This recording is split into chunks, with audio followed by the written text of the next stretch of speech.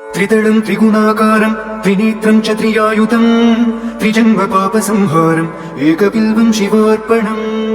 त्रिशागैः बिल्वपत्रैश्च अच्छित्रैः कोमलैः शुभैः तव पूजां करिष्यामि एकबिल्वं शिवार्पणम् कोटिकन्या महादानं तिलपर्वतकोटयः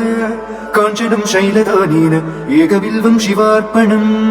काशीक्षेत्रनिवासं च कालभैरवदर्शनम् प्रयागे माधवं दृष्ट्वा एकबिल्वं शिवार्पणम् इन्दुवारे व्रतं स्थित्वा निराहारो माहेश्वर नक्तं हौष्यामि देवेश एकबिल्वं शिवार्पणम् रामलिङ्गप्रतिष्ठा च वैवाहिककृतं तदा तडागानि च सन्तानम् एकबिल्वं शिवार्पणम् अगण्डबिल्वपत्रं च आयुधं शिवपूजनम् कृतं नाम सहस्रेण एकबिल्वं शिवार्पणम् उभया सह देवेश नन्दिवाहनमेव च भस्मलेपन सर्वाङ्गम् एकबिल्वं शिवार्पणम् सालग्रामेषु विप्राणां तडागं दशकूपयोः यज्ञकोटिसहस्रस्य एकबिल्वं शिवार्पणम् तन्तिकोटिसहस्रेषु अश्वमेधशतक्रतौ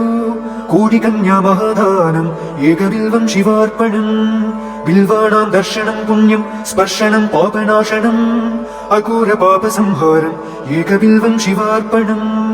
सहस्रवेदपाठेषु ब्रह्मस्थापनमुच्यते अनेकव्रतकोटिना एकबिल्वं शिवार्पणम् अन्नदानसहस्रेषु सहस्रोपनयनं तथा अनेकजन्मपापानि एकबिल्वं शिवार्पणम्